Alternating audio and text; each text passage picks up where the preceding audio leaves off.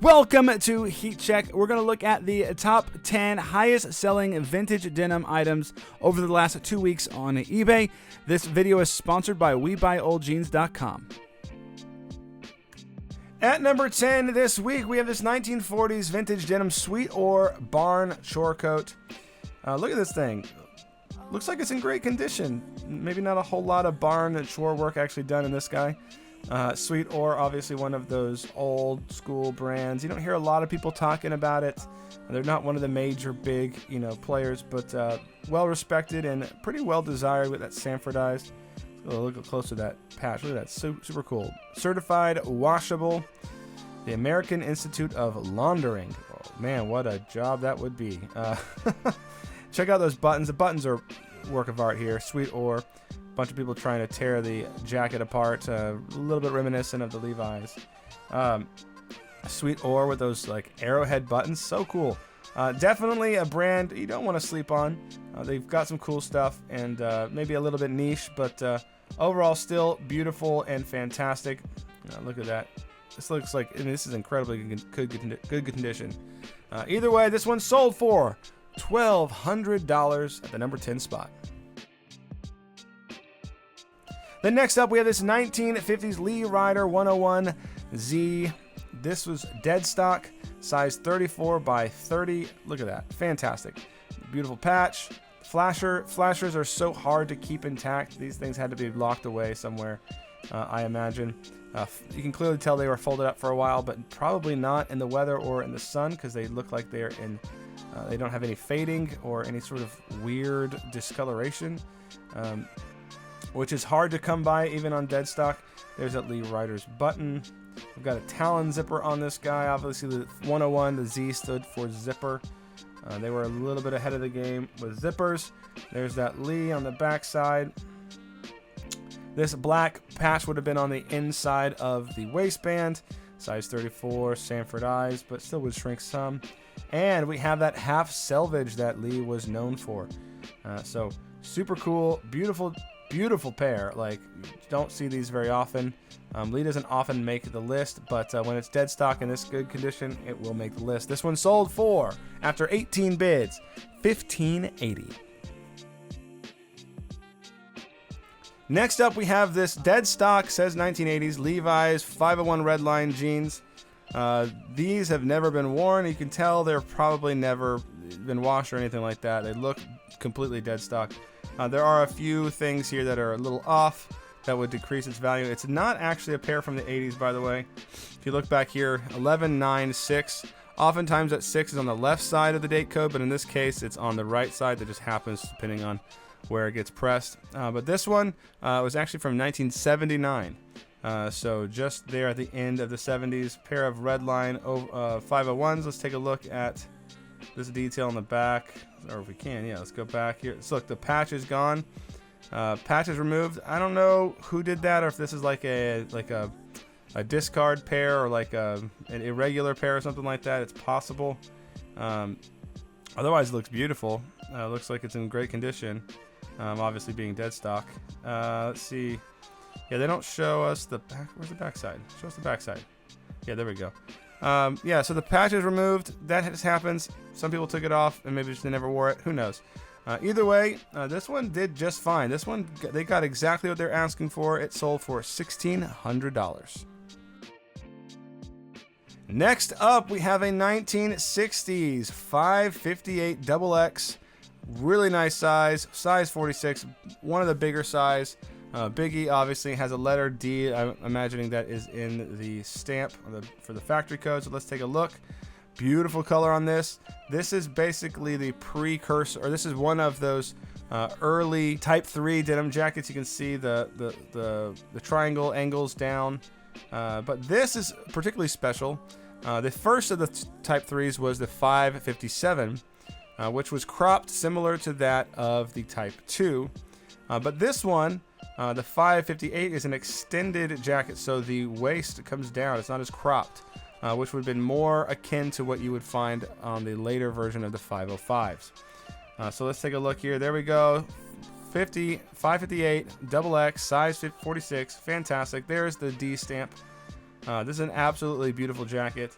I do know a buddy who was actually going for this jacket, missed out on forgot to put his final bid in, unfortunately. But would be really cool to see this jacket if he had picked it up. But either way, this one did sell for $21.25 after 6 bids. Beautiful jacket. Next up, here's a really cool one. We have the U.S. Army denim working jumper dated 1935. Size medium. We've been seeing some of this 1930s, 40s military denim on this list quite often, and for good reason. These are really unique and beautiful pieces. This one looks like it's in absolutely incredible condition. Look at those big old squares on the front. And then it's like Henleyed down halfway. It's like this really interesting blouse jumper thing that they would have put on. Let's take a look at some of the details here. Here is the tag, size medium. Just really interesting. This overall to allow made oversized to allow for shrinkage during washing, which, you know, that's normal for the time period. Let's see how they dated. I'm not like super familiar with all this stuff. There's that U.S. Army button. That's really cool. Not super familiar with all of this stuff. Looks like there is some discoloration, probably from how it was folded over time. Let's see. Did they mention? Oh wow, there's a lot of information right here. Is in worn but unwashed condition, so unshrunk. Has a January 1935 contract label inside the right pocket. Did they show that? I would have loved to see that. Especially if I was buying, I'd love to see that. That's not it, I don't think. That's the front button. Yeah, I guess they don't show. That. That's unfortunate. I think I would have liked to see that. But either way, super cool. Definitely love seeing stuff like this on the list because it can get kind of mundane if it's just back and forth with Levi's stuff all of the time. This beautiful jacket sold for $2,500, just what they were asking for. Next up is not a garment at all, at least not something you could wear.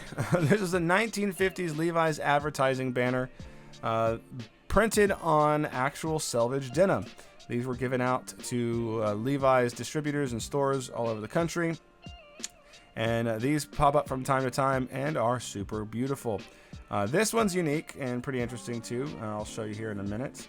But here you can see there's a little bit of little stuff, probably because it was stored in a storage unit or something like that, or whatever. But down here you can see the thickness of this denim. It's pretty interesting. This was denim that was probably used to make the Levi's 701 women's jean. They had used like this extra wide selvage on those jeans, a different denim that they would have used than they would have used for the men's 501s. But the 701 denim here, really unique piece. I'm not sure how common this is on these. These were just printed off of different rolls, so hard to say exactly, but you can see that backside, really cool. A few stains, but the backside's not a big deal. Either way, after 7 bids, this one sold for $2,550. Selling on eBay can be full of scams, high fees, etc. But if you go and sell your denim with WeBuyOldJeans.com, you don't have to deal with any of that. These guys give fair offers, super knowledgeable, super friendly, and would love to help you find a new home for your vintage denim. Check it out in the link in the description below. Then we have the 1960s vintage Levi's Big E 501 XX V-stitch, size 35 by 31, a fantastic size. Every garment guaranteed, which means it's looks like it still has the every garment guaranteed tag. We'll take a look at that in a minute. But look at this color. There's something there on the right leg, but my goodness, this is such deep color. Beautiful, beautiful. I don't know what. Maybe that's from storage. We'll see. Let's get it a little closer up. Yeah, it looks like maybe burn, like a burn mark. Really hard to say. Let's take a look. There's that V-stitch and the hidden rivets, which we would expect at this point for this era 501. Let's take a look at the backside. Look at that. I think that is, yeah, we got that leather patch on there. Beautiful. This is probably a 50s pair, I would imagine. I don't know if it's 60s. It could be technically 60s, I guess. But still an excellent sample. Wow. There's the selvage denim, some writing on the inside, not uncommon. Let's see what else we see here. There's the V-stitch, and no stamp, but let's look at did they show stamps on the Let's see if they show stamps on the inside of the hidden rivets. That might tell us something. We're gonna get close enough. Yes, maybe there's something there. Hard to completely say. Let's zoom up. Maybe a 9. Yeah, that would definitely indicate a bit of an older pair here. I don't think they don't really give us a much more of a close up there. Pre-owned, vintage condition. Let's see. They don't really. It smells like vintage denim. Small random. See, that's a little bit like, I don't know. Vertical slit, right leg near outer seam. And that's not. I mean, generally it is in excellent condition. Obviously, that hole is an issue, but still, I think it's a good deal here. Beautiful pair, sold for $3,450. Next up, we have a really cool one. This is probably the highest we've seen Carhartt in a while. We have the vintage Carhartt short coat, dated from 1910, 1920. This is actually probably more like the 1920s. Denim removable buttons. That's a feature of those early Carhartts. Take a look here. Definitely soiled. It's probably like a Bando find or something like that. You can look here. The Carhartt's overalls and gloves. That's an older piece right there. It's an older indicator. Super cool, unique. Pictures are a little bit iffy, but obviously just trying to show us some of that, the dirt and grime. This has definitely been used, definitely seen better days. There are, I believe that's part of the removable. Oh, there we go. Yeah, 999. What a cool historical piece of Carhartt here. These are hard to come by, especially this old. And the bids that went after this definitely prove the demand for this thing. 30 bids, and it gets all the way up to $5,300. Congratulations to buyer and seller on a cool piece and a great sale. Then we have this vintage 1940s Type 1 denim jacket. This is pretty crazy right here. A beautiful jacket, nothing we haven't really seen before on the list. Oftentimes we find these at the top of the list. This Type 1 in really good condition. All of the things we'd like to see. Unfortunately, that tab is pretty wrecked and pretty ruined. Let's take a look. Oh, I missed the size 42 or so, I'd say. Maybe a little bit under that, but a pretty good size, all things considered. The tab being messed up is a bummer, but man, did this thing go for a lot of money. Beautiful all around. So not a whole lot of details in terms of what we haven't seen before, but still, after 19 bids, this one sold for $5,400. Then at number 1 this week, doesn't happen very often that a Type 2 takes the number 1 spot, but this week it did. We have a 507 XX Type 2 in a size 42 that looks almost immaculate. Look at the color, so deep. It has the patch on the inside, which is so rare. There's the big E double side. Let's take a look. Let's get a closer look at this patch. Let's show us a closer look at the patch. Yes, right here.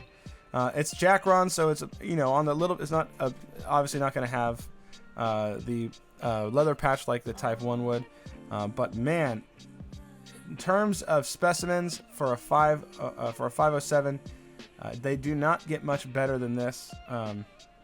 They really don't. This is just an exceptional piece, exceptional condition, and that definitely is evidenced by the price that was paid for it.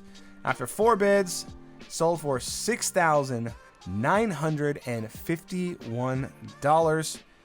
Unbelievable sale. Congratulations to the seller. Congratulations to the buyer on such a beautiful piece at number 1 spot on the heat check this week.